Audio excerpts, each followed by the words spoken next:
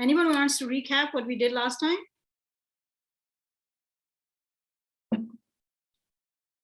The Guardian was giving a bit of a background for what was happening during that era.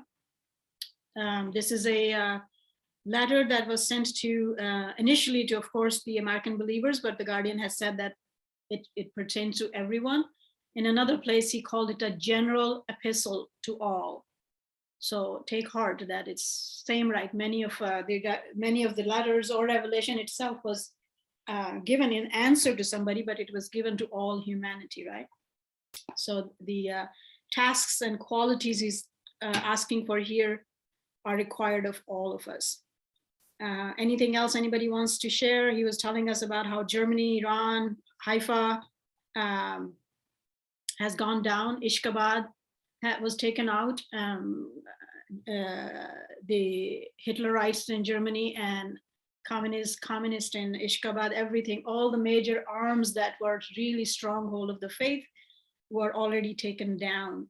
Nothing was happening around there. Americans have already proven in teaching field tremendous success, and in spite of their poverty and smallness of number, they actually were erecting the temple that will become the first temple for all of us, by the way, right?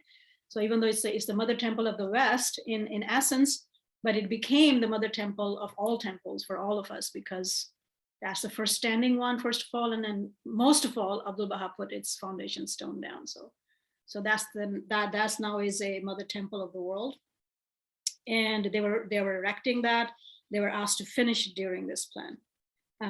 What else? What else were we doing? We had opened up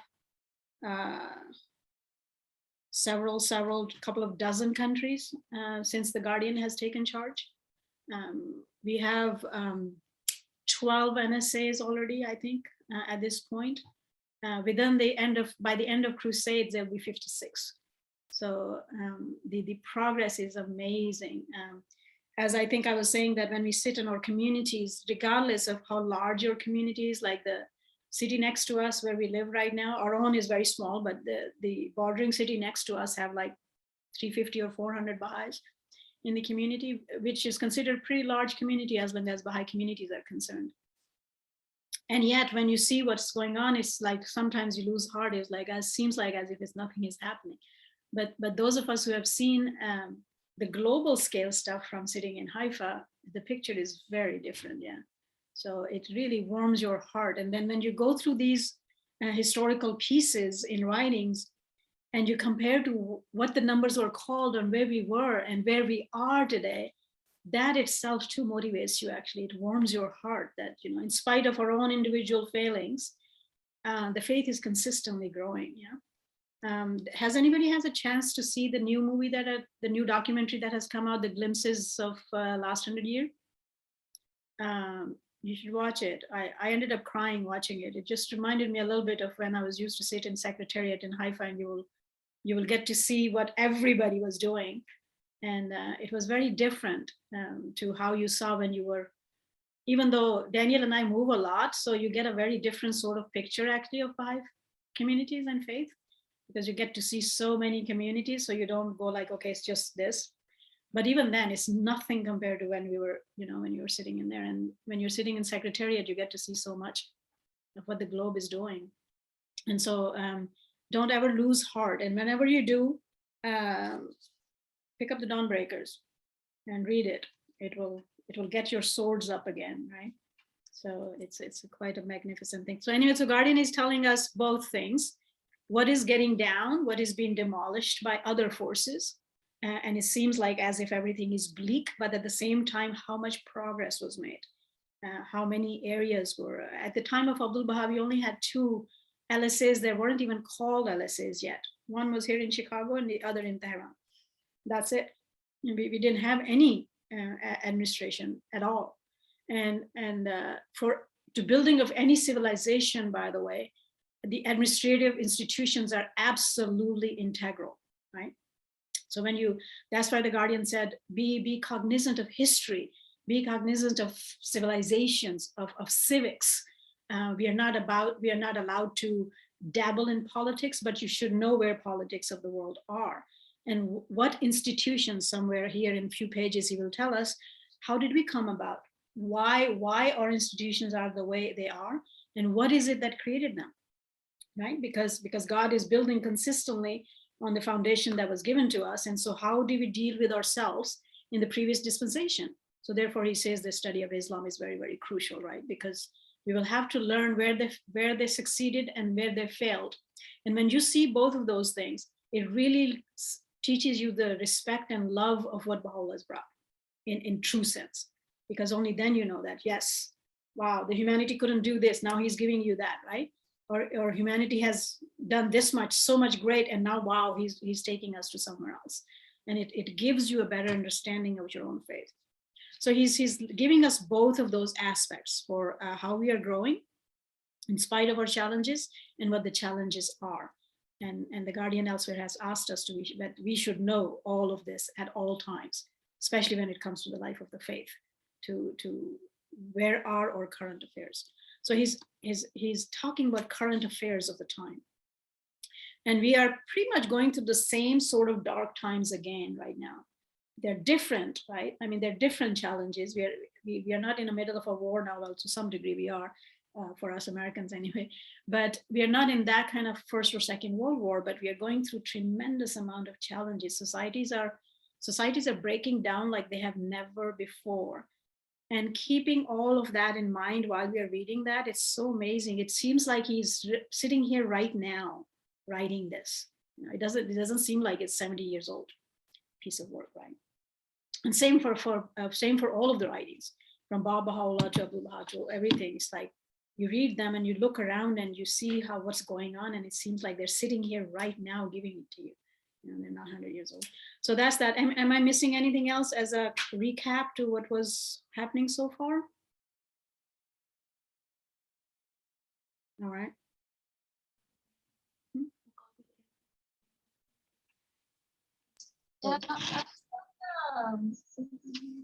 In just talking about about black and white being the biggest issue in the world, and why did the Guardian pick America? Arihan, can you speak? Maybe your volume is quite low. Hold on, maybe mine is low. Okay, mine. Sorry, go ahead. How black and white is the biggest issue in the world, and why did the Guardian pick America? So very good. Yes. And if the whitest of the countries and the darkest countries in the world become friends, then the whole issue becomes solved. Right. I mean, you can see that in India, for example, if at the top a Brahman becomes friend with an untouchable, everything else in between then goes away, right? Because these are the two extreme elements in that culture where it's a class system, not color based, but on class based, unfortunately, and it's pretty nasty. So yes, very good to remember that. Mira, anybody else? Any other comments before we start reading? All right. So we actually already had read paragraphs 20, but I would like to start with that again because it's important. So who is the first? Who wants to go read? Want to go first? All right. So Isha is going to read. She's going to start reading. She's going to read, and then we'll go alphabetical after that. Go on. The virtual establishment of you need to mute her. The virtual establishment of the administrative order of their. Can you guys hear her? Yes. The virtual establishment of the administrative order of their faith, the erection of its framework, the fashioning of its instruments, and the consolidation of its subsidiary institutions was the first task committed to their charge as an organized community called into by the will and under the instructions of Abdul Baha. Of this initial task, they have acquitted themselves with marvelous promptitude, fidelity, and vigor.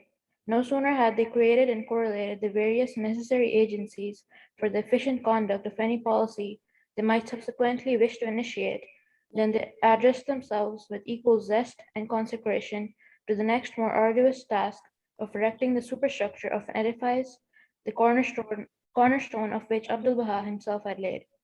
And when that feat was achieved, this community, alive to the passionate pleas, exhortations, and promises recorded in the tablets of the divine plan, resolved to undertake yet another task, which in its scope and spiritual potentialities is sure to outshine any of the works they have already accomplished. Launching with the unquenchable enthusiasm and dauntless courage, the 7-year plan as the first and practical step towards the fulfillment of the mission prescribed in those epoch-making tablets, they entered with a spirit of renewed consecration upon their dual task, the consummation of which it is hoped will synchronize with the celebration of the centenary of the birth of the faith of Baha'u'llah.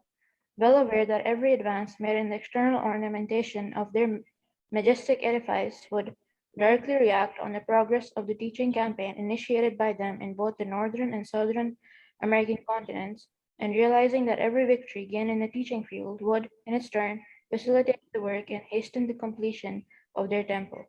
They are now pressing on with courage and faith in their efforts to discharge, in both of its phases, their obligations under the plan they have dedicated themselves to execute.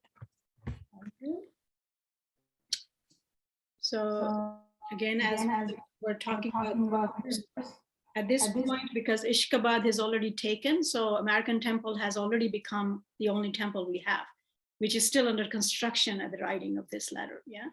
Today, we have all the continental temples in hand. All 8 of them are completed. The only one that is left in that row is the Haifa one, which we don't have, and 7 local ones, right? I think, how many of local ones are already complete? Anybody keeps tab on that? 4 or 5 for sure, or is all 7 done? I'm not too sure. We should check that and come back. Who wants to take that task? Iman, look into that and get back to us next time. The local ones, the local and national ones, the House had declared a few years ago, how many of those are completed, right? So from 1 to at least 12 to 13 we have now. All right. Next, Ariana. It's actually Alicia's turn. Oh, yes. We have a different list now. Thank you, Carmel.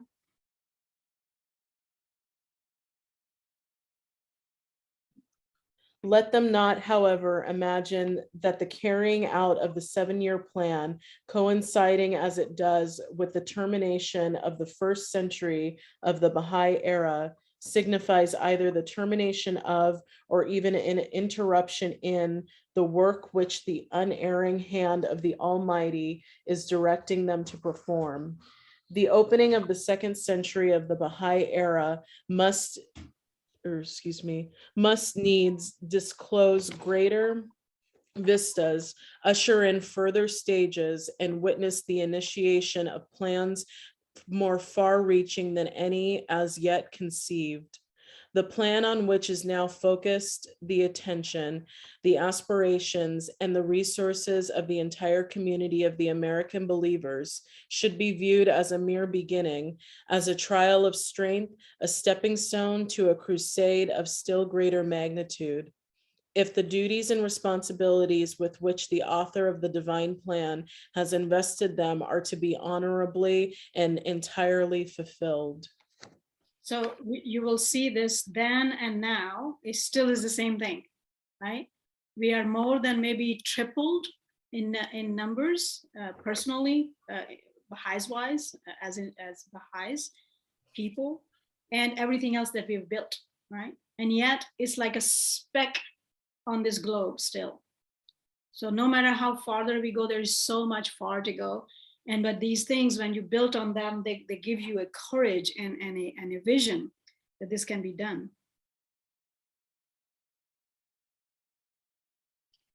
All right, so some of the mere beginning, a trial of strength.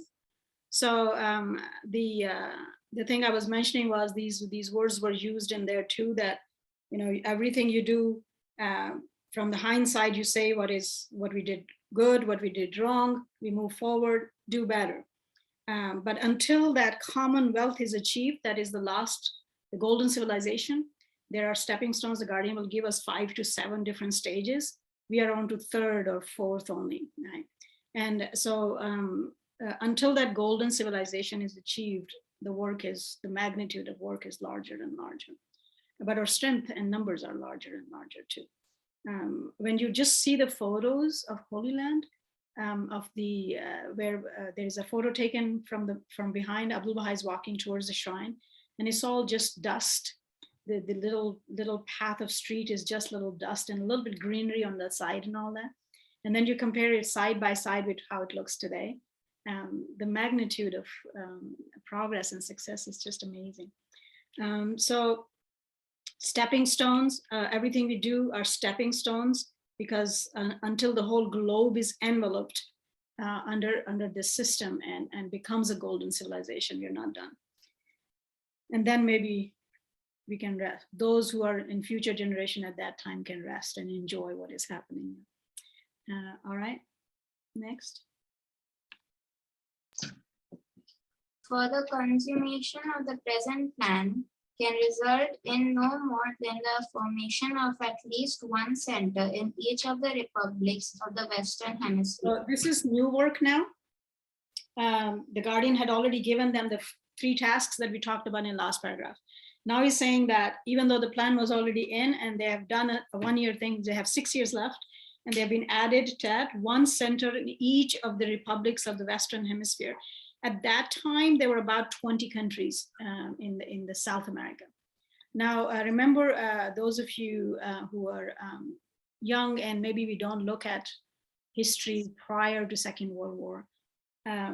Prior to Second World War, the number of countries were less than half of what we have today, because there were 2-3 major empires. So all of those were their territories, most of them.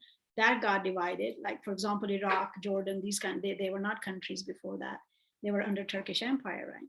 And so forth and so on. So like there was an Indian empire. So the India, Pakistan, Bangladesh, all of these were as one country, not 3, and so forth and so on. So after Second World War, the numbers of individual countries had risen to quite a magnitude. Go on. Whereas the duties prescribed in those tablets call for a wider diffusion and imply the scattering of a far greater and more respective number of the members of the North American Baha'i community over the entire surface of the New World.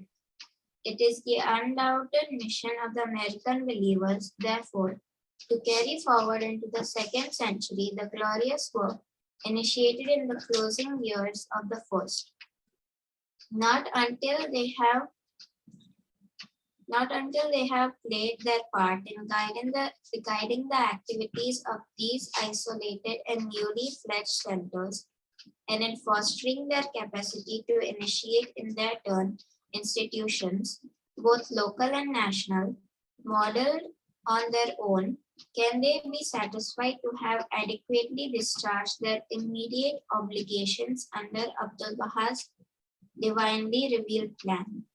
So every state has to have local assemblies, and every country in the South America has to have assemblies.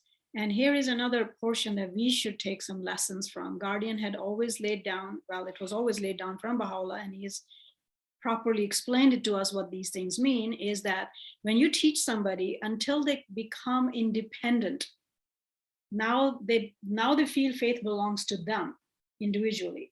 Because when you first start on that, even when you're children and you're born in Baha'i families, to some degree you kind of see it, okay, it's your parents are teaching you the faith. It's your parents' faith, they're trying to teach you, they're trying to get you good in that. So God has made a duty that by the time you turn 15, you must decide to own it. Yeah.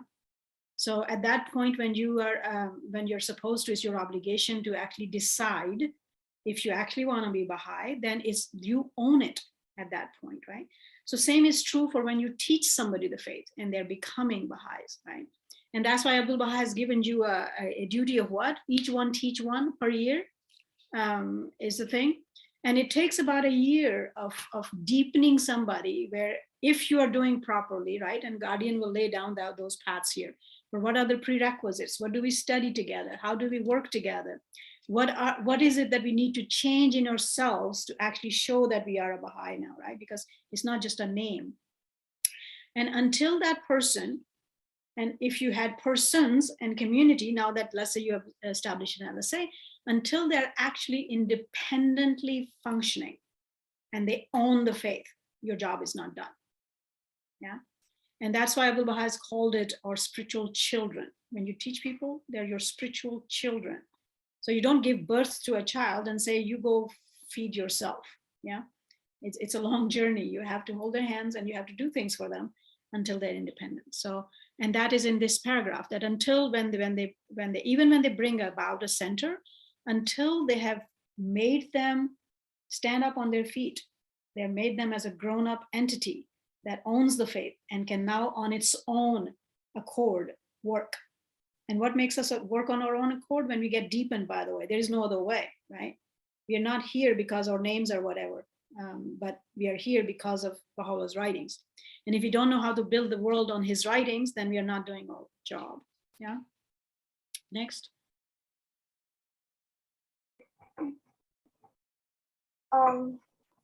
Nor should it for a moment be supposed that the completion of a task which aims at the multiplication of Baha'i centers and the provision of the assistance and guidance necessary for the establishment of the administrative order of the Baha'i faith in the countries of Latin America realizes in its entirety the scheme visualized for them by Abdul-Baha.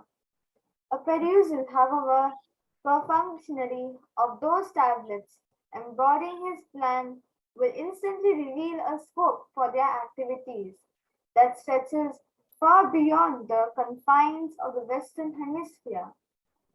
With their inter-American tasks and responsibilities vastly discharged, their intercontinental missions entered upon its most glorious and decisive phase. The moment this divine message Abdul-Baha himself has written is carried forward by the American believers from the shores of America and is propagated through the continents of Europe, of Asia, of Africa, and of Australasia, and as far as the islands of the Pacific. This community will find itself securely established upon the throne of an everlasting dominion. And it has. When you look at it from the secular side of the world, people didn't care much about America as a country, besides the Baha'i community, right? Just as a country. It's one of the top places, regardless of our problems, it is one of the top places in the world. What Abdul-Baha predicted has been achieved, actually. You know? Go on.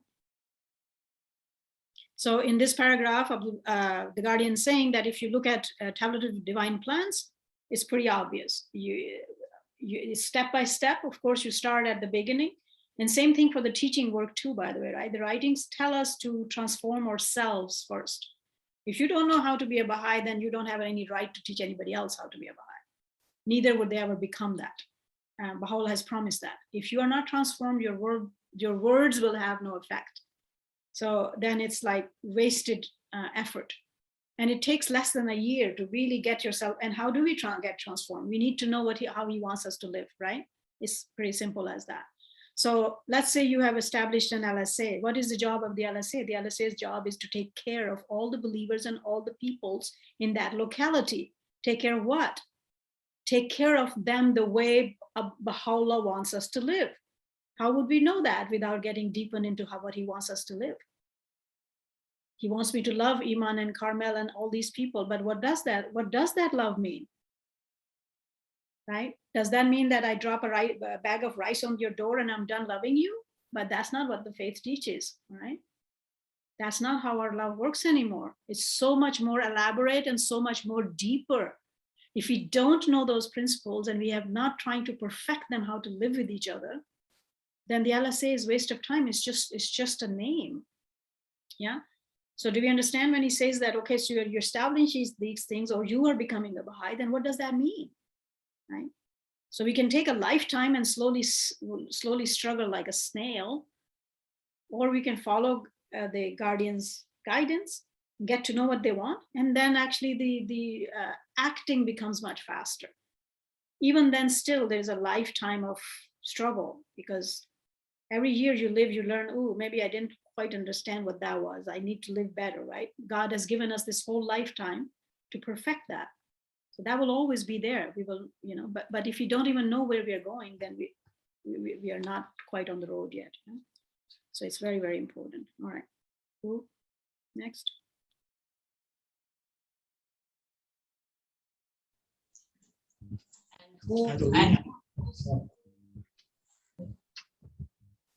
And who knows but that when this colossal task has been accomplished, a greater, a still more superb mission, incomparable in splendor and foreordained for them by Baha'u'llah, may not be foreordained for them by Baha'u'llah.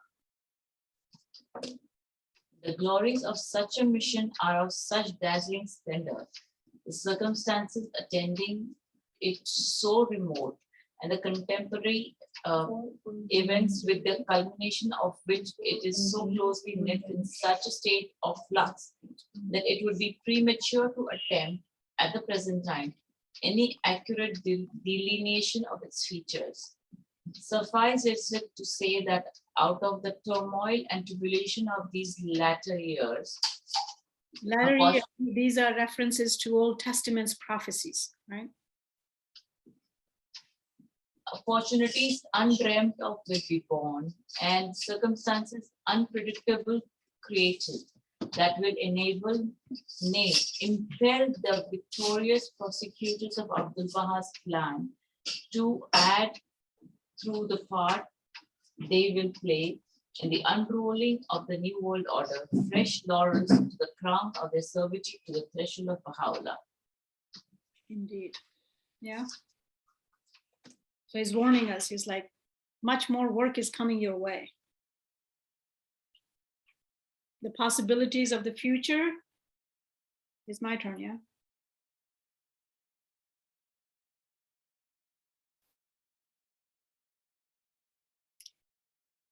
All right. The possibilities of the future, nor should any of the manifold opportunities of a totally different order be allowed to pass unnoticed, which the evolution of the faith itself, whether at its world center or in the North American continent, or even in the most outlying regions of the earth, must create, calling once again upon the American believers to play a part, no less conspicuous than the share they have previously had in their collective contributions to the propagation of the cause of Baha'u'llah. I can only for the moment cite at random certain of these opportunities which stand out preeminently in any attempt to survey the possibilities of the future. The election of the International House of Justice and its establishment in the Holy Land, the spiritual and administrative center of the Baha'i world, together with the formation of its auxiliary branches and subsidiary institutions, right? We already done that. The house is in place, yeah? The gradual erection of the various dependencies. You know how large that task was? Because the house was supposed to be elected globally. The Baha'is of the whole globe were supposed to be representative of that election. And got it done at the end of 10-year crusades. Yeah. Administrative center of the Baha'i world, together with the formation of its auxiliary branches and subsidiary institutions. You have the archives, you have the study of the text, you have the teaching center. Those are auxiliary institutions up there. The gradual erection of the various dependencies of the first Mashkul Askar of the West. We don't have these anymore. The Ishkabad temple had that. The temples have various agencies that are going to go hand in hand with them. Anybody knows the list? A school, a university, a dispensary, a hospital, an orphanage, an old people's home, etc., etc. Ishkabad had that. When they first built that temple, they had those. But the American temple had an old folks home, but I don't think it's functioning anymore at this point. But none of the temples have the dependencies yet. Mashikul Askar of the West, and the intricate issues involving the establishment of the extension of the structural basis of Baha'i community life. We are working on that for last 30 some years, to how to have a Baha'i community life. The codification and promulgation of the ordinances of the Most Holy Book, done. Remember I told you whatever tasks from this that were given to us are done, put a done on it and put a pat on your shoulder. The Akdas was published in 1992 at the centenary of Baha'u'llah's passing. We have that for over 30 years now. Necessitating the formation in certain countries of the East of properly constituted and officially recognized courts of Baha'i law. The building of the third Mashikul Askar of the Baha'i world in the outskirts of the city of Tehran. We don't have Tehran yet, but when Tehran lands were confiscated, the Guardian moved that temple elsewhere. So now we have the continental temples. The Tehran wouldn't be called a continental temple anymore. To be followed by the rise of a similar house of worship in the Holy Land itself. This is the only temple that is not built yet. Yeah? And to my knowledge, we don't know yet when the house will decide to build it. The deliverance of Baha'i communities from the fetters of religious orthodoxy in such Islamic countries as Persia, Iraq, and Egypt. We go both back and forth. We get a bit better and then they kill you again, and so forth and so on. So we have achieved these victories several times and then we got down again. So it's, and in all these three countries, we go back and forth. And the consequent recognition by the civil authorities in those states of the independent status and religious character of Baha'i national and local assemblies. The precautionary and defensive measures to be devised, coordinated, and carried out to counteract the full force of the inescapable attacks, which the organized efforts of ecclesiastical organizations of various denominations will progressively launch and relentlessly pursue. This is a prophecy. Much of it has always come true in the Muslim countries, but we haven't seen too much of it in the Western countries yet, but we are told it will come. When the reason you're not persecuted is because you're not really working, by the way, right? So whenever we work actually and become successful in teaching the faith, that's when the persecution comes. And the Guardian said we should actually look up and look forward to that, which means actually we are working, we are bringing success. That's when these people attack you. And last but not least, the multitudinous issues that must be faced, the obstacle that must be overcome, and the responsibilities that must be assumed to enable a sore tried faith to pass through the successive stages of unmitigated. Here are the stages that we need to go through. There are 7. Please highlight or underline them. So it is to unmitigated obscurity. We have achieved that, of active repression and of complete emancipation. We have that in most of the world, right? The state has been completed by the faith. Leading in turn to its being acknowledged as an independent faith, done. Enjoying the status of full equality with its sister religions to be followed by its established and recognition of a state religion. We are a sister religion now in most of the West and most of the countries. Some we still don't. We don't have that acknowledgement, but we are not a state religion yet. So anything before state religion we have accomplished, by the way, right? So even persecution, as I said, majorly it happens in Iran. And if you see the magnitude of it, it's almost nothing compared to what happens in Iran, in Iraq and Egypt. But we do have persecution in those 3 consistently, but it goes back and forth. We win it, we don't win it, we go back and forth. So that's a fluctuating sort of state, but we have it achieved several times. All right, so we are not a state religion anywhere. That would be the next stage, right? Which in turn must give way to its assumption of the rights and prerogatives associated with the Baha'i state, right? These are two different sort of ranks among countries. Functioning in the plenitude of its powers, a stage which must ultimately culminate in the emergence of the worldwide Baha'i Commonwealth. All right. Animated wholly by the spirit and operating solely in direct conformity with the laws and principles of Baha'u'llah. Right? And don't think that these are ideal dreams, by the way, right? So you have right now, majority of the world runs on British common law, by the way, yeah. Even all the countries that have their subsidiary laws, the basis of most of the secular law today in the world is British common law. British common law, in its essence, is built on the Christian common law, right? It took 2,000 years to come here, right? 1,800 years. It took 1,800 years to come to that end, but it got done. Even the Muslim countries are using secular law, which is British based, yeah? So you see how things are turning and how things come about. And the next stage is for Baha'u'llah's law to be permeated on the globe. This does not mean that every person would be Baha'i, neither does it mean that every country would be Muslim. Make sense? I mean, every country would be Baha'i. Make sense? But the globe will run on Baha'u'llah's law and principles. It will come. All right. And it can come faster if we teach better, by the way. If we know how to live better, first of all, Baha'u'llah's writings, and we teach better, it can come. Baha'u'llah said if we did our jobs, it would have come in the Bab's own life, in Baha'u'llah's own lifetime. Yeah? So take heart to this, that it's in a large sense, it is in our hands how fast we want to progress. Next.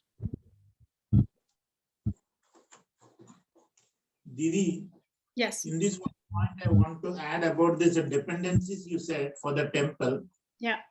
Dependency. Temple in India, we have one dependency called as education center, which has started 3 years before the Very COVID. good. Very good, very good. But in the long run, it needs to be a university, by the way. But it's good that they have started somewhere, yeah. So the Guardian said the temples will have universities with them, and the Baha'i schools that we had, like the Bosch and Green Acres, and you have Panchagani and some other in India as well, right? New Era and stuff. That these in the future would become Baha'i universities, and hopefully we are working towards that sooner or later. But right now, I mean, I don't see that, but it will come that way. Very good. But Ishkabad is the only one that had 4 or 5 dependencies. They built them right away, actually. They did build it the way the whole temple was supposed to be. But I mean, it was taken, unfortunately. And these dependencies, these LSAs, these institutions, administration Baha'is are building is not for Baha'is only. You must see that. In the writings, our job is to care for humanity. And LSA's job is to take care of its whole locality. It's just that we are so small and immature yet that we don't really do it. But according to the Abdas, our job is every human being that is in your locality is supposed to be taken care of. All right.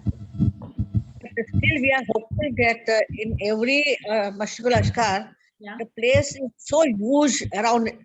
So in future, if we all will work hard, it will be coming many things. What we are Yes.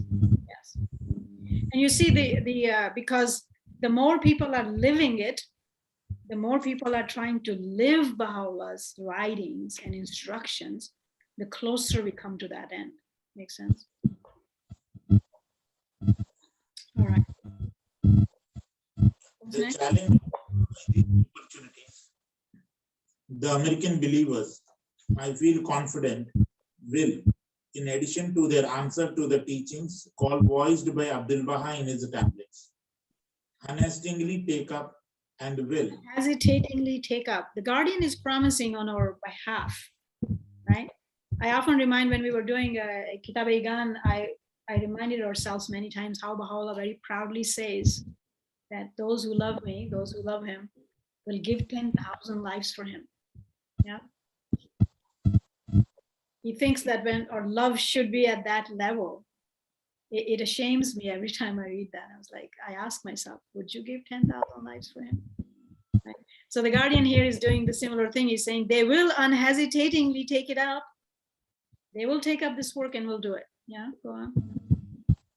And will with their traditional fearlessness, tenacity, and efficiency. Here are some qualities. Please underline and take list of these.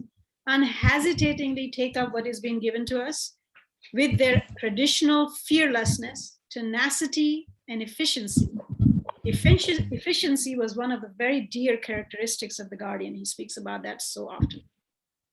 So respond to it as to confirm before all the world their title and rank as the champion builders of the mightiest institutions of the faith of Baha'u'llah.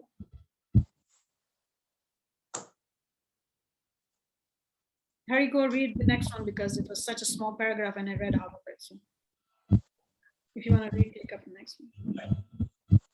Dear beloved friends, though the task be long and arduous,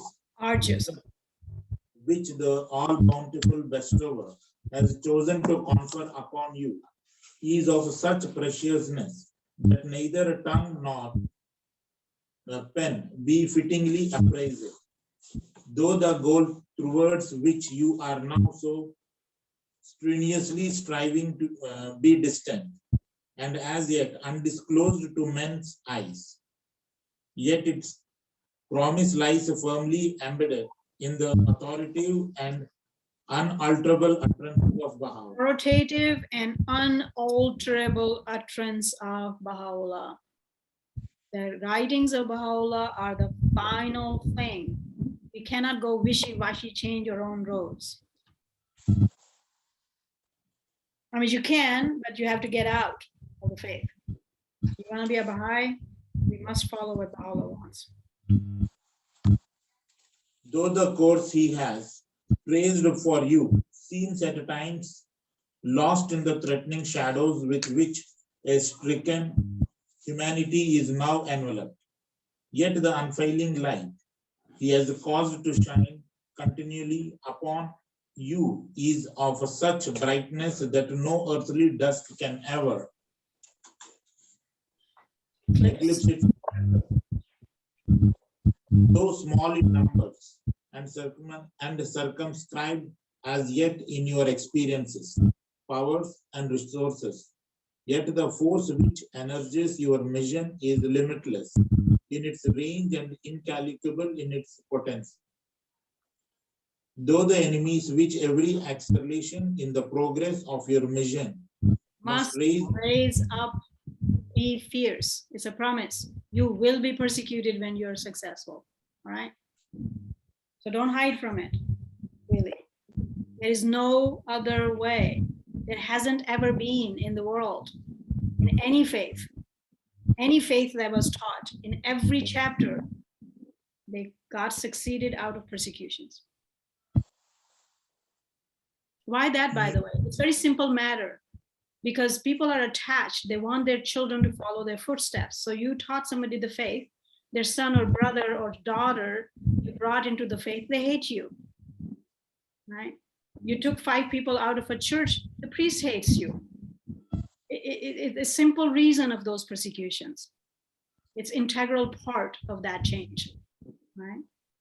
Go on. Numerous and unrelenting, yet the invisible hosts which, if you persevere, it's not a blank promise that you will have it, right? Christ said the same thing. Yes, you will go to heaven on my name, but only if you follow my commandments. We actually forgot that second part. They all claim you'll go to heaven, but nobody wants to follow the commandments, right? This condition was always there by God. Yes, there are promises, but you only would be given them if you actually persevere to follow what has been given. Right? Persevere, must, as promised. Rush forth to your aid will, in the end, enable you to vanish their hopes and annihilate their forces through the ultimate blessings that must crown the consumption of your mission be doubted, Consummation of your mission. and the divine promises given you firm and irrevocable, yet the measure of the goodly reward, which Which every one of you is to reap, must depend, again, a condition, must depend on the extent to which your daily exertions, please take note of this, right? And I will give witness to that, that this is not something you can say, oh, well, I worked for a month and then, I kind of got lost for 10 months and I'll pick it up again for 2 weeks and then I got lost another for 2 years or whatever. It doesn't work, right? It doesn't work. Every one of you is to reap, must depends on the extent to which your daily exertions will have contributed to the expansion of their mission and the hastening of its triumph. Expansion and consolidation, that the higher institutions of the faith have been consistently urging us, which is every one of our duty. Yeah. So expansion is when you teach somebody, you successfully teach somebody, they become a Baha'i. Then deepening them is your second job, next step. One without the other doesn't work. Yeah. So it all depends on what we do with that. Next. Dearly beloved friends, great as is my love and admiration for you, convinced as I am of the paramount share which you can and will undoubtedly have in both the continental and international spheres of future Baha'i activity and service. I feel it nevertheless incumbent upon me to utter at this juncture a word of warning, highlight that, in orange maybe, a word of warning. The glowing tributes so repeatedly and deservedly paid to the capacity, the spirit, the conduct, and the high rank of the American believers, both individually and as an organic community, must, under no circumstances, be confounded with the characteristics and nature of the people from which God has raised them up. A sharp distinction between that community and that people must be made and resolutely and fearlessly upheld. If we wish to give due recognition to the transmuting power of the faith of Baha'u'llah, it is in its impact on the lives and standards of those who have chosen to enlist, right? That's why even you being raised in Baha'i families is your duty to choose at age 15. So you can own it and then be made responsible for it, right? It's a mighty thing to do. And for that, God is very, very generous. And he said, I won't burden you unless you choose it. So choose it carefully. Yeah.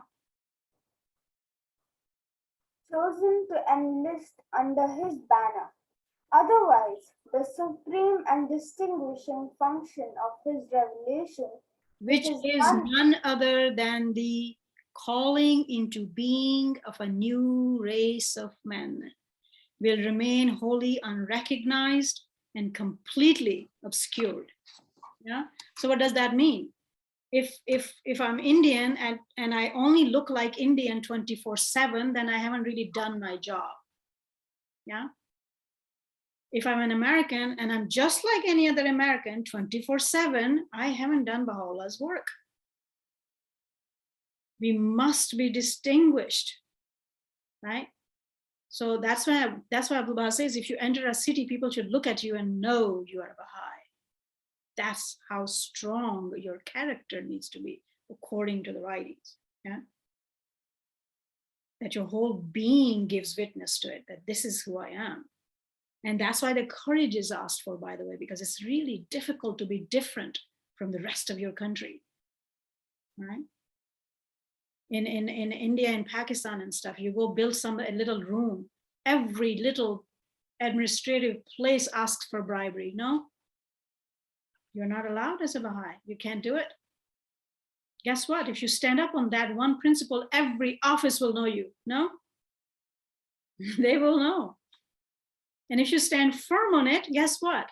Your next few projects, they will stop asking because they will know you won't do it. And yet, certain amount of push and persecution will happen, but it has effect. And the world needs to get rid of these things. And if he can't do it, who will do it? I don't know. Yeah. So we are not taking pride in our cultures and what our countries are, even though we are from these places, but we have been called out. We have chosen to take this path, which is of truthfulness and trustworthiness, right? Trustworthiness and truthfulness, a foundation of every human virtue. We must stand out in our cultures. We must adhere to our laws, which make us different. Yeah. So in US, recently especially, the most difficult thing is to be neutral on political sphere because our country has become so divided and political. Everyone has an opinion or 10, and you're asked not to participate at all. And that doesn't mean that we're stupid or we don't know. And it doesn't mean we're pacifist either, but we don't take sides. Because taking sides disunites people. And our core element of our faith is unity. How do you achieve that? These are muddy waters. How do you get your boat out of it during these days? Yeah. And by the way, if you really pay attention to it, the easiest thing is to be divided. The easiest thing is to have opinions, divided opinions, because it's easy to yell out whatever you want. But to have the restraint to keep your mouth shut is very difficult. So the outside world actually laughs at you, thinking that, oh, maybe you're a coward, maybe you're this or that, that's why you don't want to engage. I was like, you try that for 2 days. You try that for 2 days.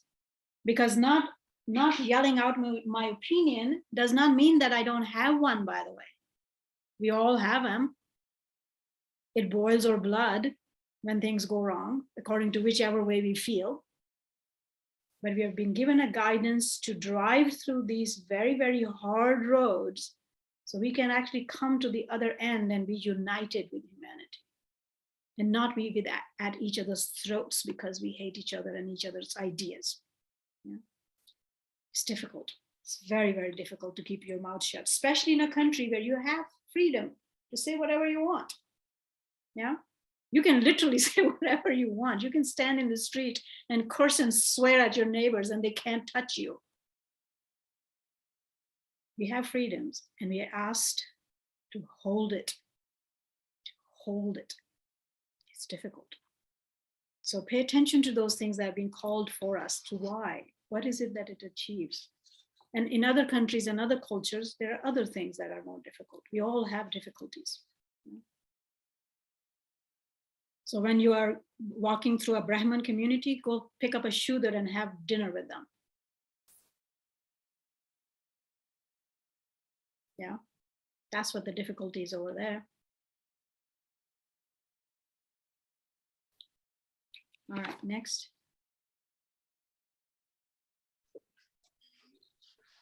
How often the supreme function of his revelation? How often have the prophets of God, not just Exempting Baha'u'llah himself, chosen to appear and deliver their message in countries and amidst peoples and races at the time when they were either fast declining or had already touched the lowest depths of moral and spiritual degradation.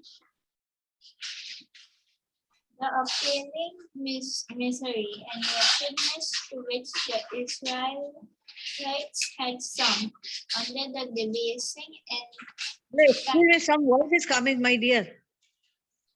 Sorry? Some device nearby. Some voice is coming from Mira's side. Oh.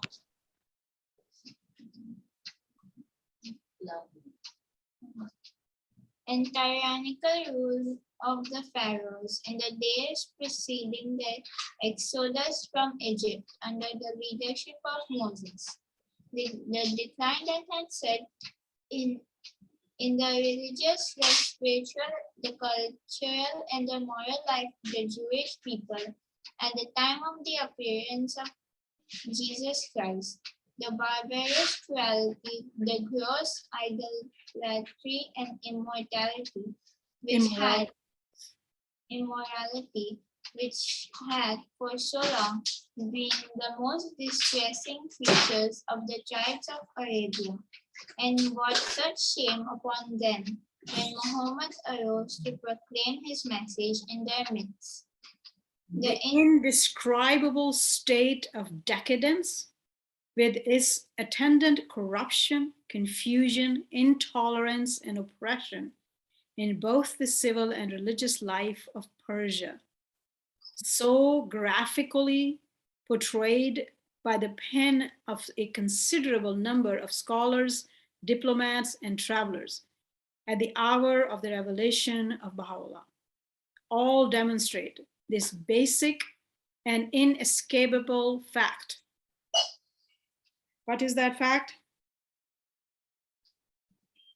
To contend that the innate worthiness, pay attention to this, both Persians and Americans especially, and everybody else included.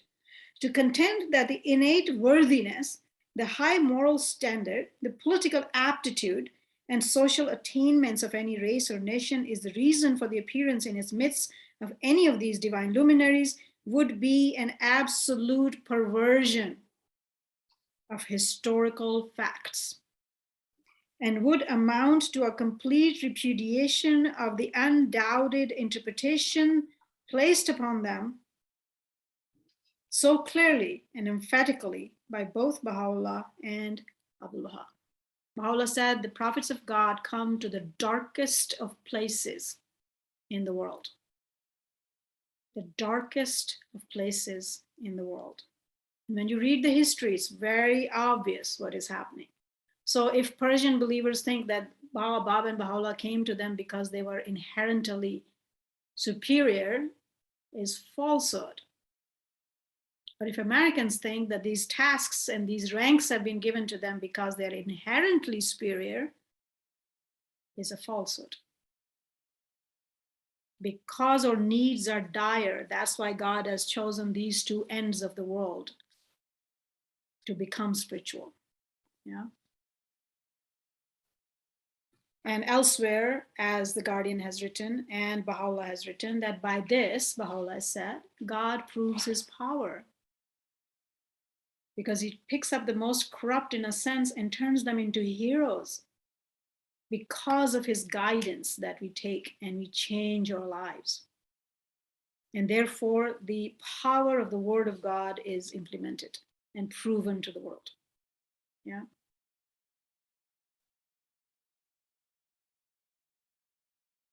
So how great. Any questions or comments on that? It's a very powerful paragraph. And because in our communities, we do have these talks. So always remember where the real answer is. How great then must be a challenge to those who belonging to such races and nations. Zana, in the last time I put a message, a note saying ego check on paragraph 29. Yeah, yeah. It's we have to check our ego.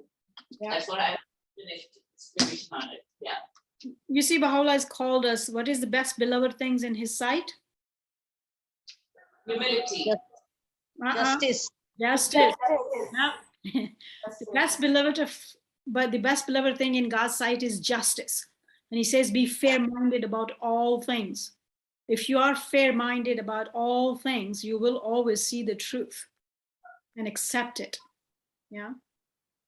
And that's how we need to be about ourselves, or persons, or individuals, or communities, or countries, and the state of the globe. Right.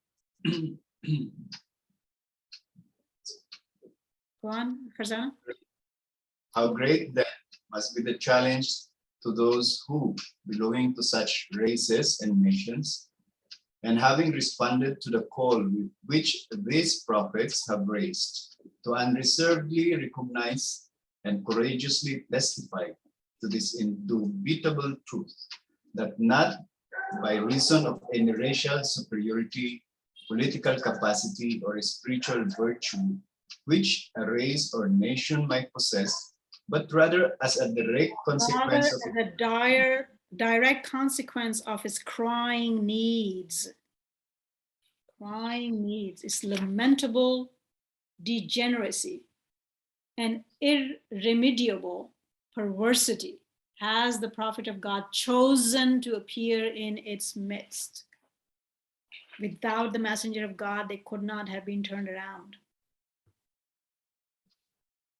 and with it as a lever has lifted the entire human race to a higher, raised to a higher and nobler plane of life and conduct.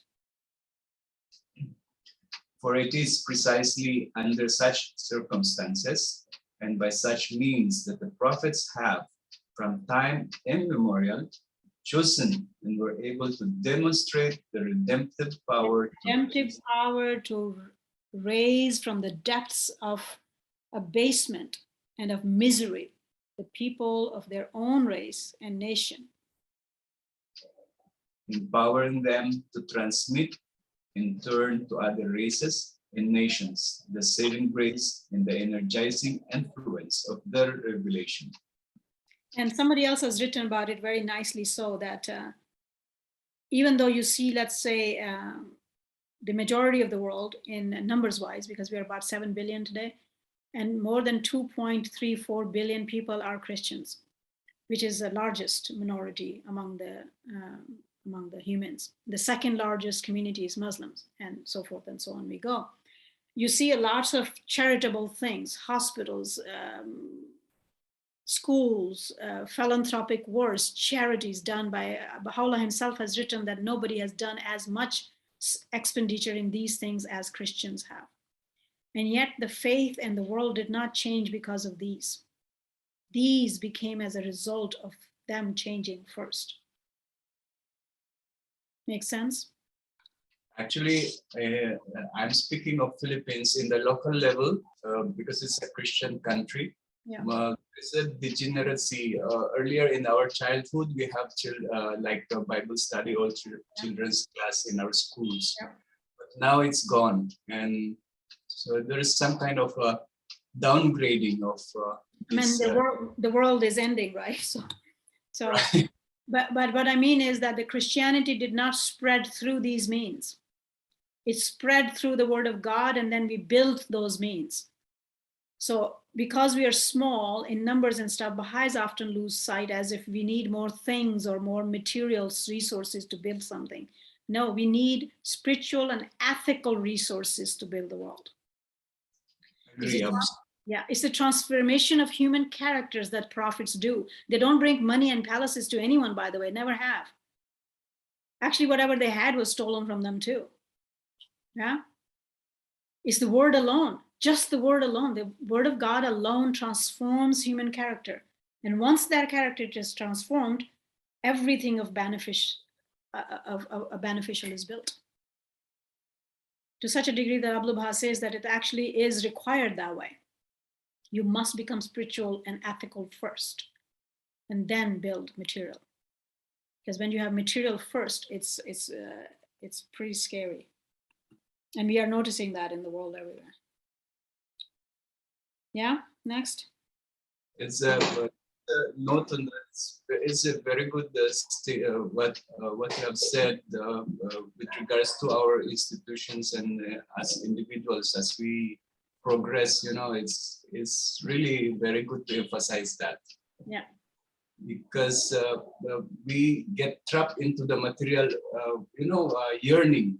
Yeah. To have more of this, of that, so that we can teach the faith, or we can show to the world that this is the faith of Allah, but actually it's not. I will tell you quickly my own story. We lived pretty nicely, and we've gone up and down several times. That's an integral part of life.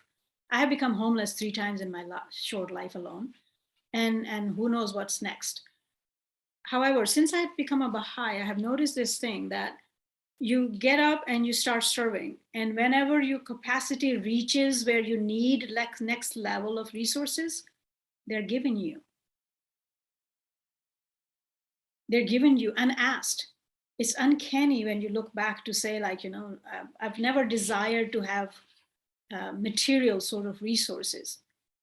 I mean, I don't want to be in the streets either, but, basic comforts of life and stuff like that's good enough. I have enough education to work for that, but never have asked for whatever. And the moment your capacity to serve has risen, he has immediately risen the resources, the material resources, unasked. I can't explain it. It's just amazing. It's amazing stuff. And you see, Kasila, in a small way, I can relate to that, and I cannot also explain it. Yeah, it's always been that way. And so focus on serving him. Even if you are in a tent, the rest will come. It's just a side benefit of things.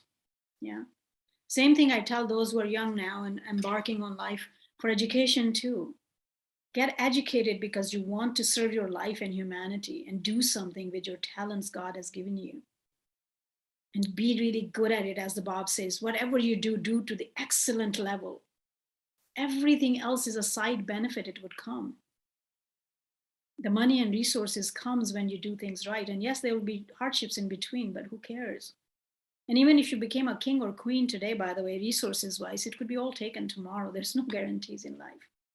So it's not like when we actually desire those things that they're actually permanent. So, but my love of him in my heart and my desire to, my longing to serve him is what I can do, I can make permanent. And everything else falls in place. I have seen it that way so far. All right, who's next? Myself. Go on. In the light of this fundamental principle, it should always be borne in mind, highlight this please, nor it can be sufficiently emphasized that the primary reason why the Baha'u'llah chose to appear in Persia and to make it the first repository of their revelation was because of all the people and nations of the civilized world that race and nation had, as so often depicted by Abdul Baha, sunk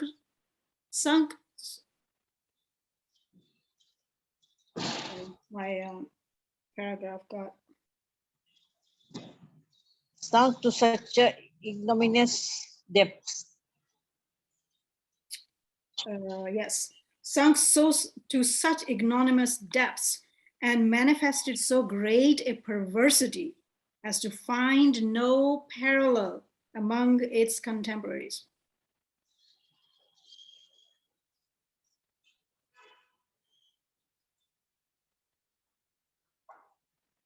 For no more convincing proof could be adduced demonstrating the regenerating spirit animating the revelations proclaimed by the Bab and Baha'u'llah, then their power to transform what can be truly regarded as one of the most backward, the most cowardly, the most cowardly and perverse of peoples into a race of heroes fit to effect in turn a similar revolution in the life of mankind. To have appeared among the race or nation which by its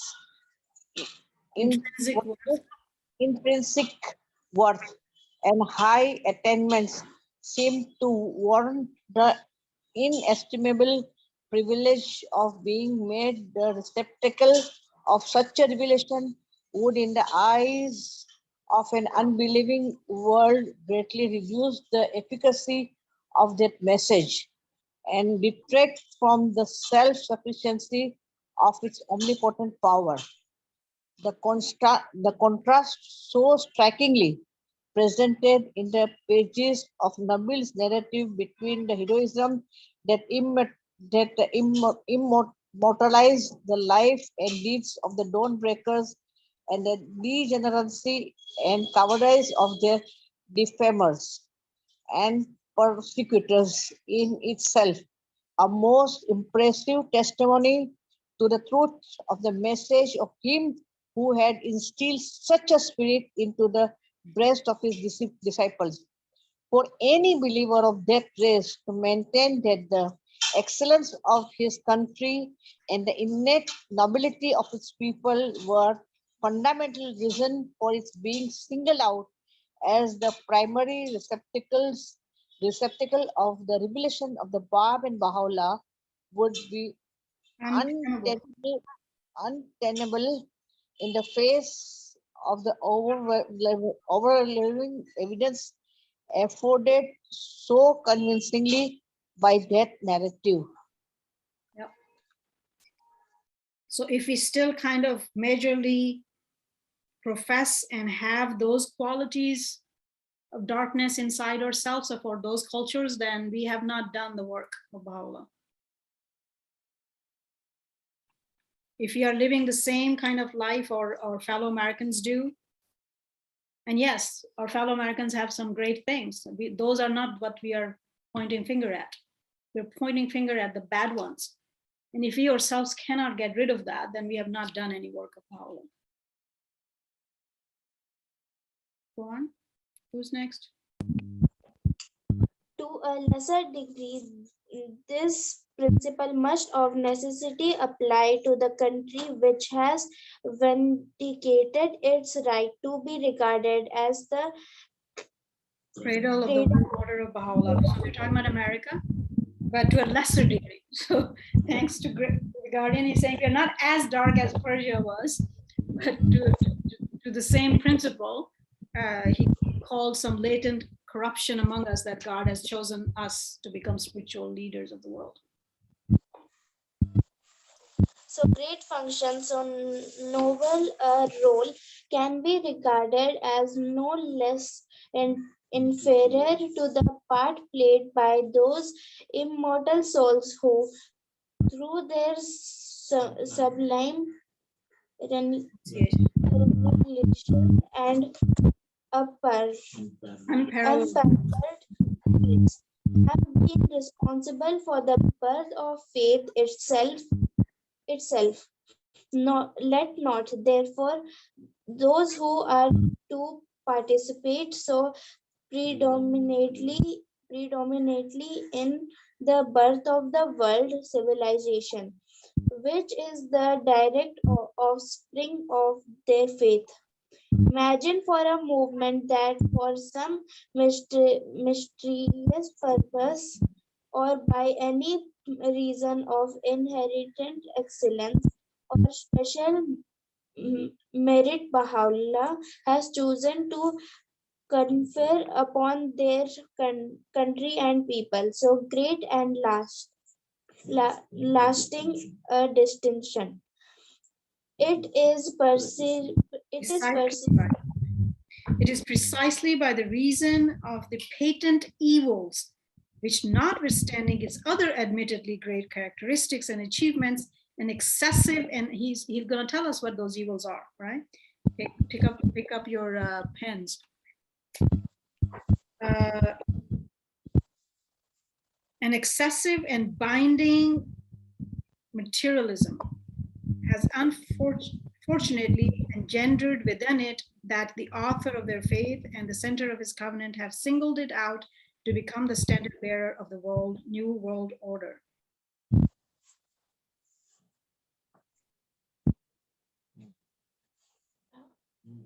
envisaged in their writings.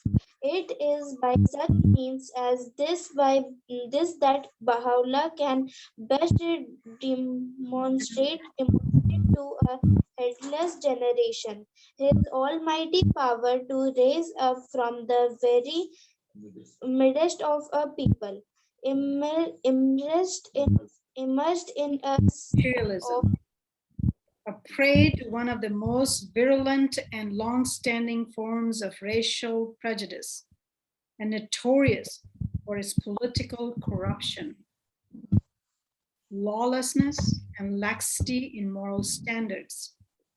men and women who, as time goes by, will increasingly exemplify those essential virtues of self-renunciation, of moral rectitude, of chastity, of indiscriminating fellowship, of holy discipline, and of spiritual insight that will fit them for the prepondering share they will have in calling into being the world order and that world civilization of which their country, no less than the entire human race, stands in desperate need.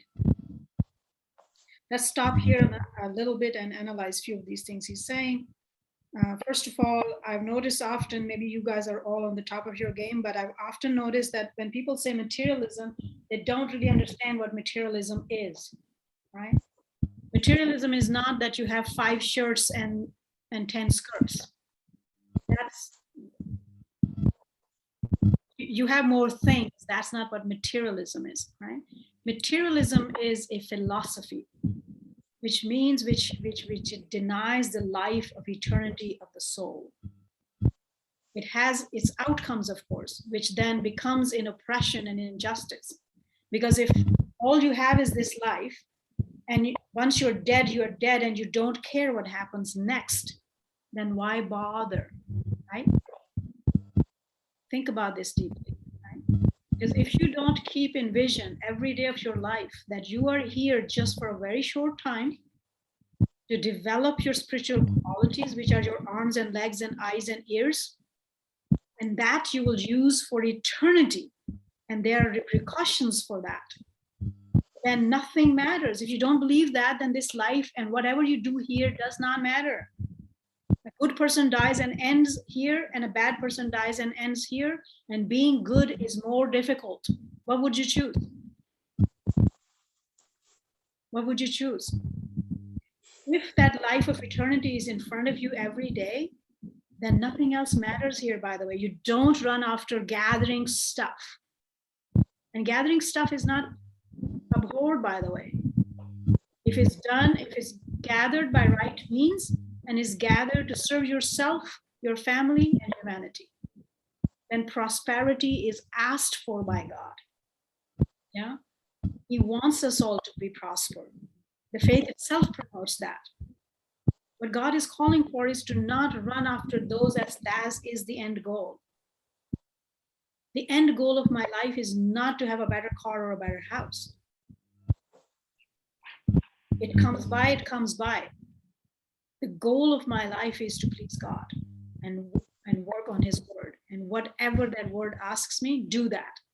And that word actually does ask me to prosper myself and others. Spiritually first and then materially, right? Both those things are allowed and asked for. But what is my end goal? What is the goal of my life is the problem here. And societies have fallen this into it at the end of every single dispensation. We stopped caring about our life of eternity. We don't really think about it even. Our societies are such that if you say, I'm not afraid of death, they stop you right away.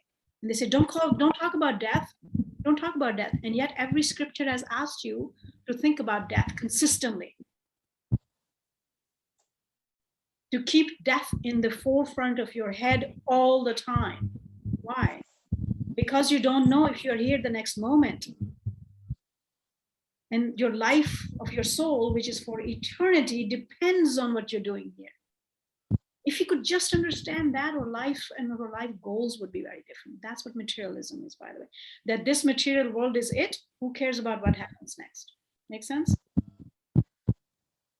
Even though every faith has taught that it's all that matters is your soul. Everything else is secondary. But we take our body as first and sacrifice our souls instead. When we do that, everything is sacrificed. Ourselves, others, and our eternity. Make sense? That's what materialistic philosophy is. That's what materialism is, that you don't have the faith in the life of your spirit, in the life of your soul. That's what you're here for. You're here for your soul, not for your body. Make sense? A very, very, very poor person who goes hungry every day can be at the top of his spirituality. The the whole wealth in the world, if you don't care for what God wants, does not help you. Make sense? So the spiritual needs of our souls are different, and we don't pay attention to that. That's what materialism is. Okay. All right. And then what other things he was talking about?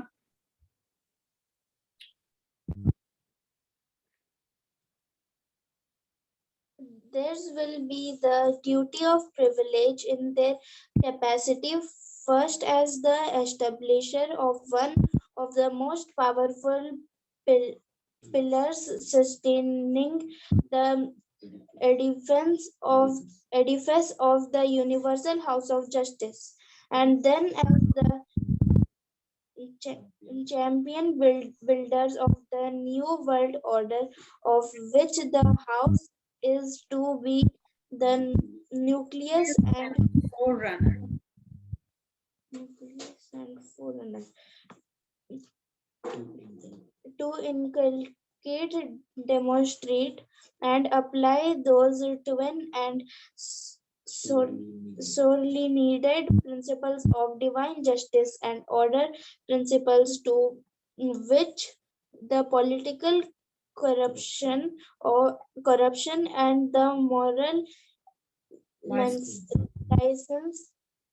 increasingly Sustaining the society so which they belong, offer so sad and striking a contrast. Right?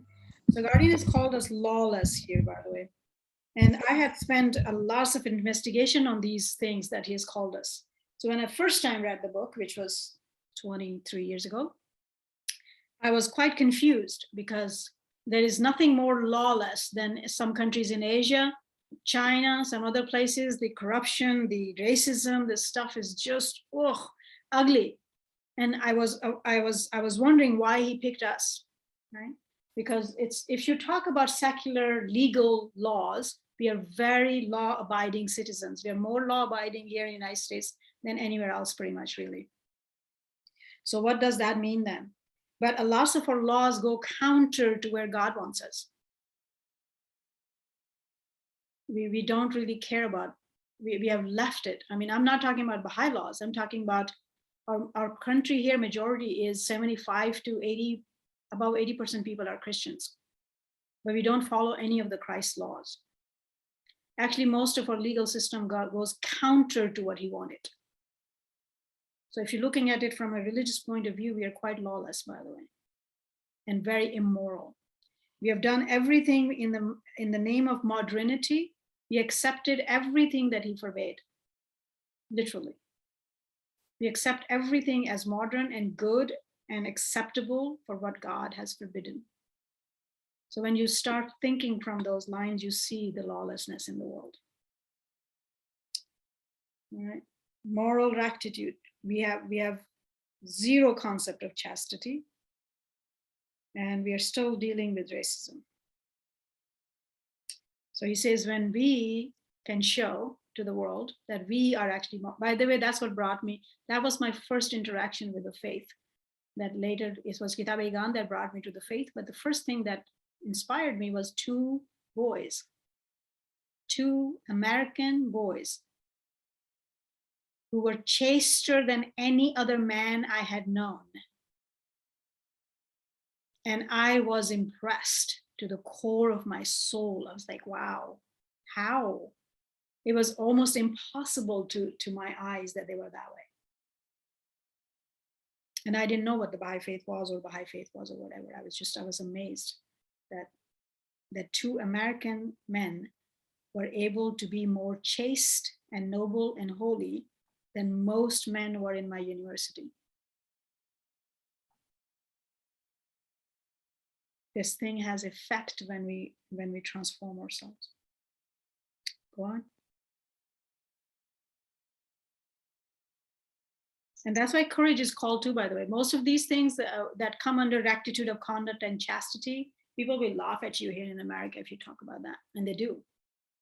And we must uphold that. We must uphold that. That's what God wants. Whose turn is it? As it is said that Islam is the best religion, But Every- what about the followers? Every religion is the best religion. It's the religion Yeah. of God. Similarly, we have to, now we are learning from Ikan that whatever they did, we should not repeat same mistake. Then in future, people will say, Baha'i is the best religion, but what about the followers? Yeah. Yes. That's why both the Bab and Baha'u'llah had very clearly said this. It's not your name that makes you Baha'i. They said, we don't care if you call yourself by this. If you don't, Christ said the same thing. If you don't follow my commandments, when I return, I will not recognize you. What is the core things taught in most Christian communities today? Just by believing in Christ, you'll go to heaven. You don't need to do the works. Almost every priest and church leader teaches that today. Right? So yes, we will go bad too. How about we don't go bad right now though, in the beginning of our times? Let's be glorious now. Whatever they do in 1,000 years would be their problem, right? Thank God I'll be dead. Who's next? Observations such as these, however distasteful and depressing they may be, Guardian knew that these things will be hard on us, right? So when we got picked at to say these are your problems, we don't feel good about that. We all want to, be glorious people, which is a good desire, right? Which is a good desire. Just let's hope that we actually get there. should not in the least blind us to those virtues and qualities of high intelligence. So he's telling us what Americans actually have, which he appreciates, which is high intelligence, of youthfulness, of unbounded initiative and enterprise, which the nation as a whole so conspicuously displays. Not Baha'is, he's talking about the whole American nation. And which are being increasingly reflected by the community of the believers within it. Upon these virtues and qualities, no less than upon the elimination of the evils referred to, must depend to a very great extent the ability of that community to lay a firm foundation for the country's future role in ushering in the golden age of the cause of Baha'u'llah. So as everywhere else our writings tell us, the Guardian said that humility, true humility is what? Knowing yourself, knowing your strengths and weaknesses. Knowing your true self is true humility, because that's what actually should allow me to then act appropriately. Yeah. So when you're good, then he says, but you have good inside you, pat your shoulder and strengthen it.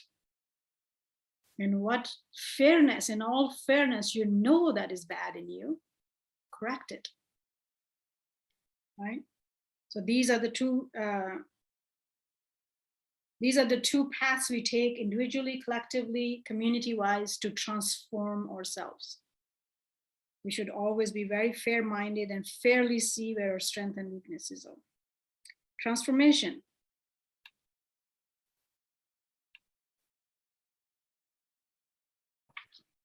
Go on.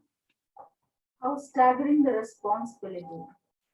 How great, therefore, how staggering the responsibility that must weigh upon the present generation of the American believers at this early stage in their spiritual and administrative evolution to weed out by every means in their power those false habits and tendencies which they have inherited from their own nation. So highlight these and pay attention, right? So we are going to look at this accordingly, because here, as I was saying, we are a perfect picture of our community. We are from different countries, different ages, different backgrounds and cultures, and therefore our challenges are different, right? Because we are to a large degree, we always tend to be product of our cultures. So our challenges are different. So look at your own habits and faults. Look at what's good and bad in you, and do a very fair analysis within yourself. Go on. Which they have inherited from their own nation, and to cultivate patiently and prayerfully. Patiently and prayerfully, which means what? You get acquaintance with the writings. You don't change overnight. Nobody does, right?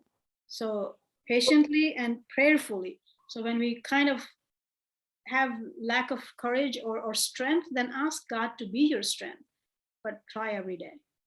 You know? Those distinctive qualities and characteristics that are so indispensable to the effective participation in the great redemptive work of the faith. Incapable as yet, in view of the restricted size of the community and the limited influence it now wields of producing any marked effect on the great mass of their countrymen, let them focus their attention for the present on their own selves, their own selves, their own individual needs, their own personal deficiencies and weaknesses.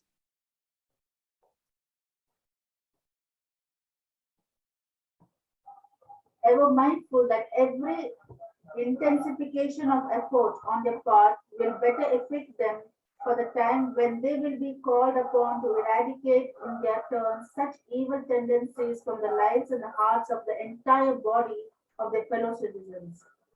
Nor must they overlook the fact that the world order, whose basis they, as the advanced guard of the future Baha'i generations of their countrymen, are now laboring to establish, can never be read unless and until the generality of the people to which they belong has been already purged from the diverse ills, whether social or political, that now so severely afflicted.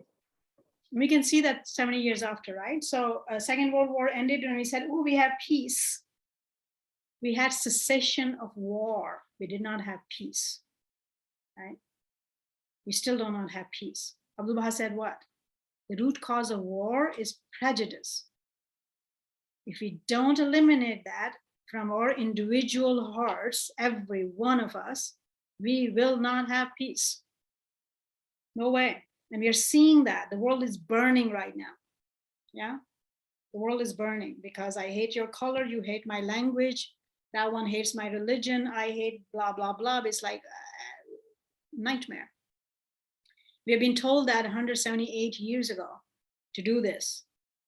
And if he had done that, there will be the impact on the world would be different. But we always want to run after the larger things that come later, right? That's why it was that thing was devised that we want to put the cart in front of the horse. Whenever we do that, it doesn't work. So the Guardian over and over said all this time, he said, individual transformation first, then your family, then your own Baha'i community, then your locality, then your city, then your country, then the globe. Every individual youth, including myself, when we are, I want to change the world. Well, can you change yourself? Show me you can change 10 habits in 2 months, and I will tell you that, yes, you have the capacity to change the world and you'll get there someday. But while you're changing those 10 habits, you will learn what the task is. And you will never say so lightly, I want to change the world. You'll be careful about those sentences. So ourselves. How do we get to ourselves first? Next. Nicely, it is mentioned patiently and prayerfully. Yes. Yes. It's a long journey. But again, I think all of us have this experience. We can all witness to this, that when you actually do embark on it, the help comes. The help comes. Go on. Whose turn is it? Yeah.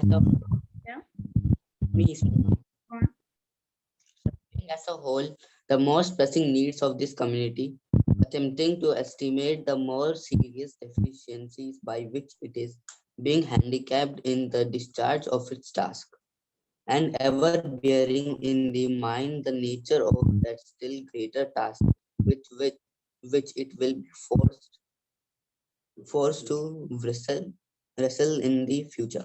I feel it my duty to lay special stress upon and draw the special and urgent attention of the entire body of the American believers. Be they young Be or they old. young or old, white or colored, teachers or administrators, veterans or newcomers. All of us have this duty. And by the way, I warned you in the beginning that some of the things would be hard because we have gotten a bit laxed about stuff. The other thing I should have said was that this was written in 38. Some of the language in our modern cultures have been discarded. So bear with it because it's not written today.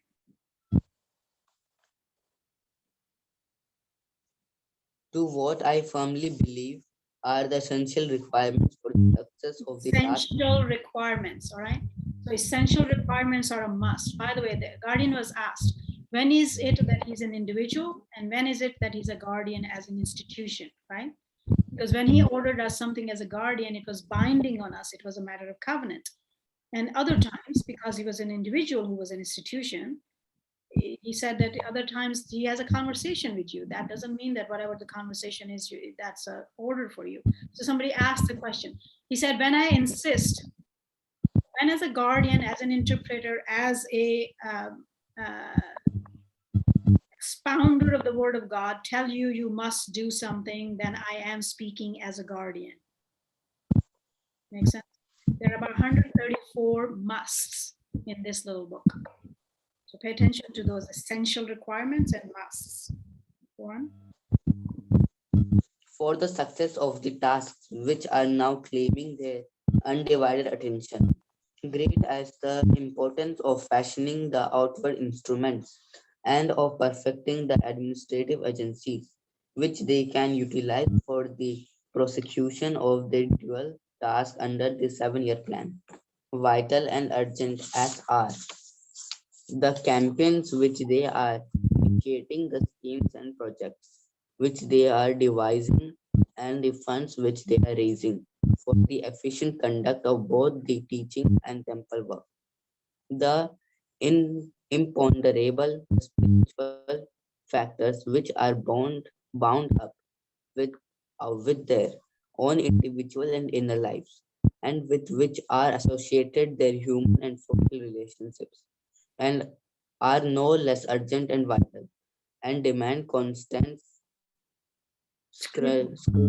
Demand constant scrutiny, continual self-examination, and heart searching on their part. hard searching on their part. Their value be impaired, on their vital necessity be obscured or forgotten. And by the way, at this injuncture, I want to add that confession of sins is forbidden to us. Yeah. So when we say search yourself and find out your problems and resolve them, does not mean that you have to go tell somebody that I have this fault.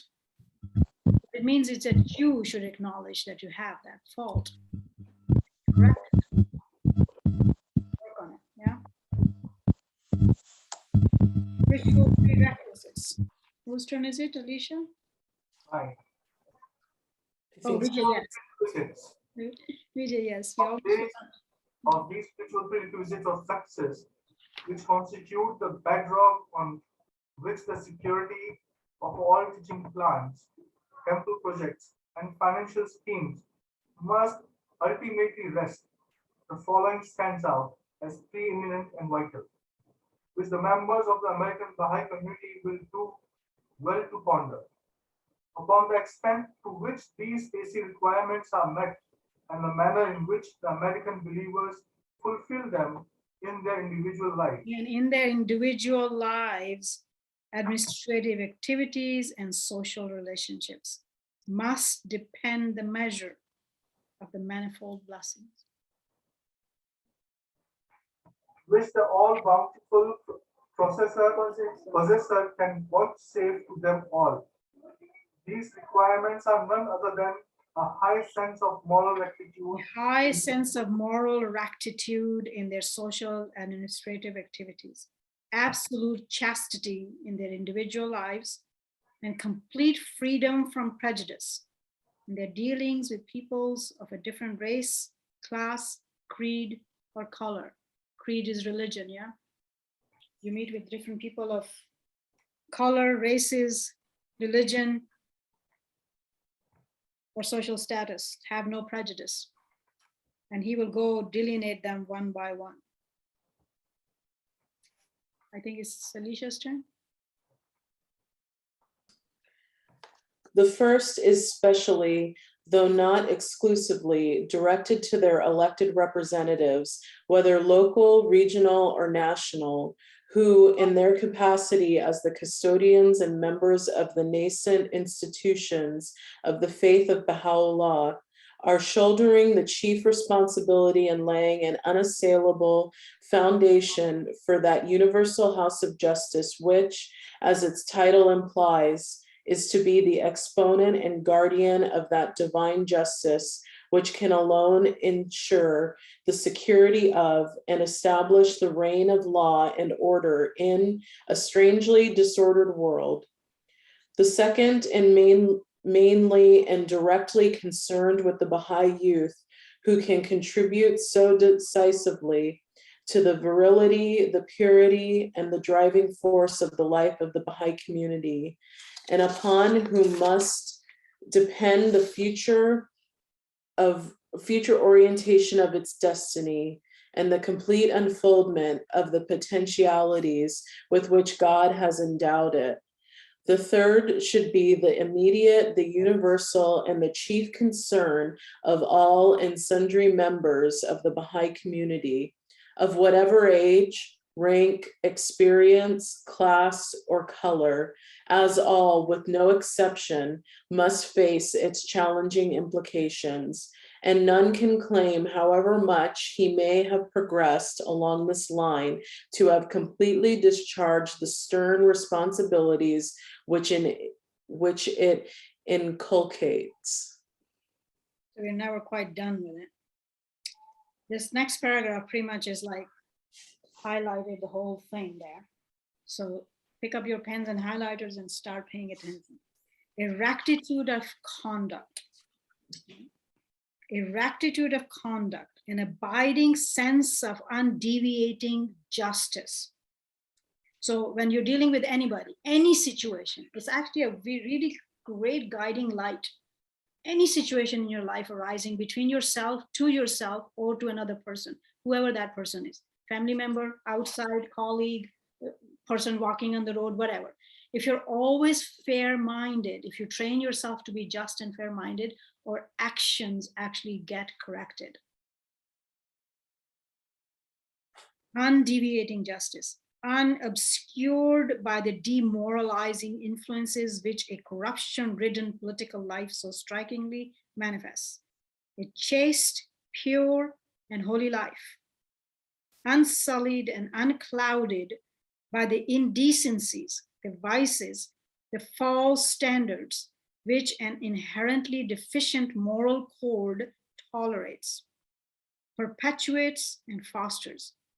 A fraternity freed from that cancerous growth of racial prejudice, which is eating into the vitals of an already debilitated society. These are the ideals which the American believers must, from now on, individually and through concerted action, strive to promote in both their private and public lives, ideals which are the chief propelling forces that can most effectively accelerate the march of their institutions, plans, and enterprises, that can guard the honor and integrity of their faith and subdue any obstacles that may confront it in the future. This rectitude of conduct, one, whose turn is it? It's a very long paragraph. This rectitude of conduct with its implications of justice, equity, truthfulness, that's what justice means, by the way. Yeah. Justice, equity, truthfulness, honesty, fair-mindedness, reliability, and trustworthiness. These are qualities of justice, must distinguish every phase of the life of my community. The companions of God, Baha'u'llah himself has declared, are in this day the lamp that must leaven the peoples of the world.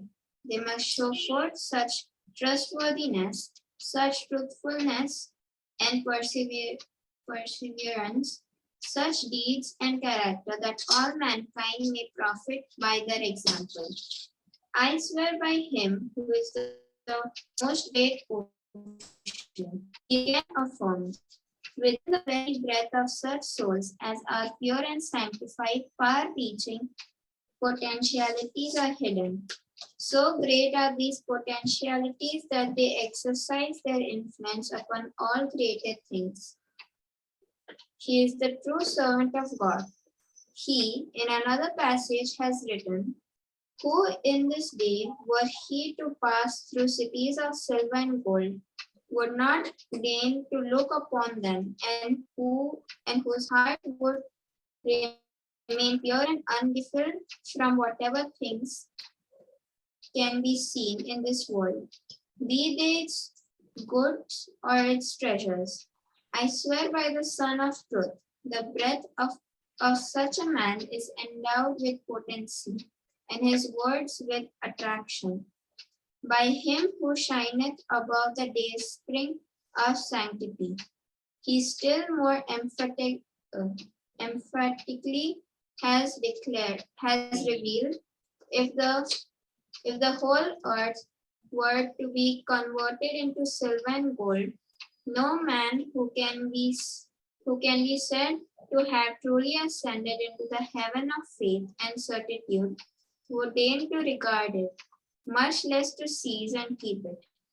They who dwell within the tabernacle of God and are established upon the seats of everlasting glory will refuse, though they be dying of hunger, to stretch their hands and seize unlawfully the property of their neighbor, however vile and worthless he may be. Let's The stop purpose. Let's stop here for a few minutes because he's given us quite a few injunctions which have implications to our daily lives, right? So for example, we were talking about corruption to say certain countries have administrative corruptions where bribery is so latent and stuff and all that. Why? Because everybody wants to get rich out of other people's monies, right? So if you have this characteristic, you think that corruption will exist, it will go away. Because hoarding money is not your issue. No matter, even if it's the richest person in the world, this is such a corruption in even our modern societies today. When people show up to say what kind of hourly stuff they're going to do for you, if your door is a little bit better than the other one, they double their price, right? And everybody suffers. There is no fairness and justice because they think that, okay, if you have more, they deserve your money. Do not, right? God has given you no right onto other people's resources and money, no matter who they are and no matter how even worthless they are in your eyes. You still don't have rights to them. Make sense? There is a huge implications of these things, by the way, to societies. In the previous dispensations, it was that if you're hungry for 3 days, you can steal. There was harsh punishments on stealing. But if you were proven that you were hungry for 3 days and you stole food to eat, that you should be forgiven. Baha'u'llah has abrogated that. What does he say? Even if you die of hunger, you're not going to touch anybody's stuff. What is society doing? It's running the opposite way. Yeah, the opposite way. All of the corruption of between men and women. You notice what level Baha'u'llah has taken to? And when people can do that, as I showed you, when they could do that, it impressed the heck out of me. Like, wow. Yeah. All right. So these have some very deep implications to how we build society, how we look at each other, right? So there is only few of us are Americans here. We have lots of trouble going on in these issues. Okay. Like people are like getting into this whole very communistic style ideas where there is this daily permeated hate of those who have means. Or somebody's rich, we must hate them. Somebody's rich, they must give us their money. Yeah. Somebody's rich, it should be taken from them. It's all forbidden to us in Baha'i faith. And these things will bring any civilization down to its knees if it's not stopped. Go on. The purpose of the one true God in manifesting himself is to summon that all mankind to truthfulness and sincerity, to piety and trustworthiness, to resignation and submissiveness, to the will of God, to forbearance and kindliness, to uprightness and wisdom. His object is to every man with the mantle of a saintly character, and to adorn him with the ornament of holy and goodly deeds. We have admonished all the loved ones of God, he insisted, to take heed lest the hem of our sacred word vesture be smudged with the mire of unlawful deeds, or be stained with the dust of reprehensible conduct. Cleave unto righteousness, O people of Baha. He thus exhorts them. This verily is the commandment which this wronged one hath given unto you, and the first choice of his unrestrained will for every one of you. A good character, he explains, is verily the best mantle for men from God. With it he adorneth the temples of his loved ones. By my life, the light of a good character surpasseth the light of the sun and the radiance thereof. One righteous act, he again has written, is endowed with a potency that can so elevate the dust as to cause it to pass beyond the heaven of heavens. It can tear every bond asunder and hath the power to restore the force that hath spent itself and vanished. Be pure, O people of God, be pure. Be righteous, be righteous. Say, O people of God, that which can ensure the victory of him who is the eternal truth. His hosts and helpers on earth have been set down in the sacred books and sculptures. His hosts and helpers, his armies and helpers on earth have been sent down in the sacred books and scriptures, and are as clear and manifest as the sun. If you stand and follow the words of God, that's where success is.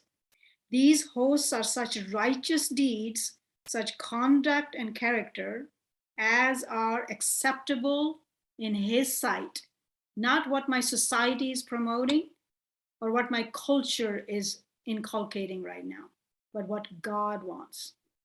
That's where his will is, that's where success is. Yeah.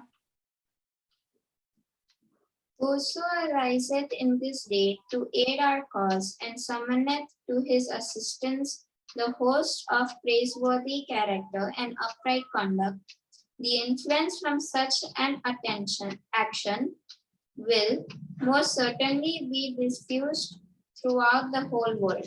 The betterment of the world is yet another statement, can be accomplished through pure and goodly deeds, through commendable and seemly conduct. Be fair to yourselves and to others. Be fair to yourselves and to others, because myself too is a person and belongs to God. That soul that I contain in my body belongs to God. So be fair to yourself and others. He does consider them that the evidences of justice may be revealed through your deeds among our faithful servants. equity, he also has written, is the most fundamental among human virtues. The evaluation of all things must needs depend upon it. And again, observe equity in your judgment, ye men of understanding heart. Observe equity. Equity again is justice and fair-mindedness. Always be fair-minded. Fair-minded even about your own actions and thoughts. Because if you are actually not fair-minded about our own selves, we can never be fair-minded about others anyway. It doesn't work that way, right? Observe equity, about fairness in your judgment, ye men of understanding heart. He that is unjust in his judgment is destitute of the characteristics that distinguish man's station. Beautify your tongues, O people. He further admonishes them with truthfulness and adore your souls with the ornament of honesty. Beware, O people, that ye deal not treacherously with anyone, but ye the trustees of God amongst his creatures, and the emblems of his generosity amidst his people. Let your eyes be chaste, is yet another counsel. Your hand faithful, your tongue truthful, and your heart enlightened. Be an ornament to the countenance of truth, is yet another admonition. A crown to the brow of fidelity, a pillar of the temple of righteousness, a breath of life to the body of mankind, an ensign of the hosts of justice, a luminary above the horizon of virtue. Let truthfulness and courtesy be your adorning, is yet another admonition. Suffer not yourself to be deprived of the robe of forbearance and justice.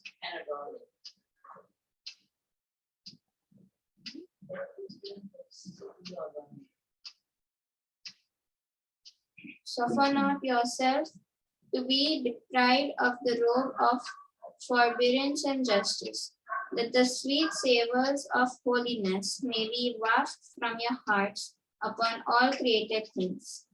Say, beware, O people of Baha, lest ye walk in the ways of them whose words differ from their deeds.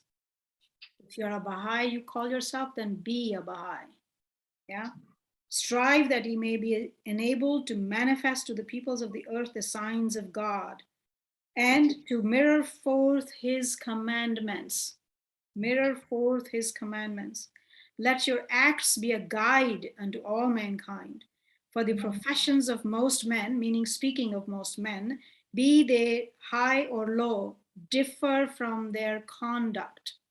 Everybody says good words, but do they follow that? It is through your deeds that ye can distinguish yourselves from others.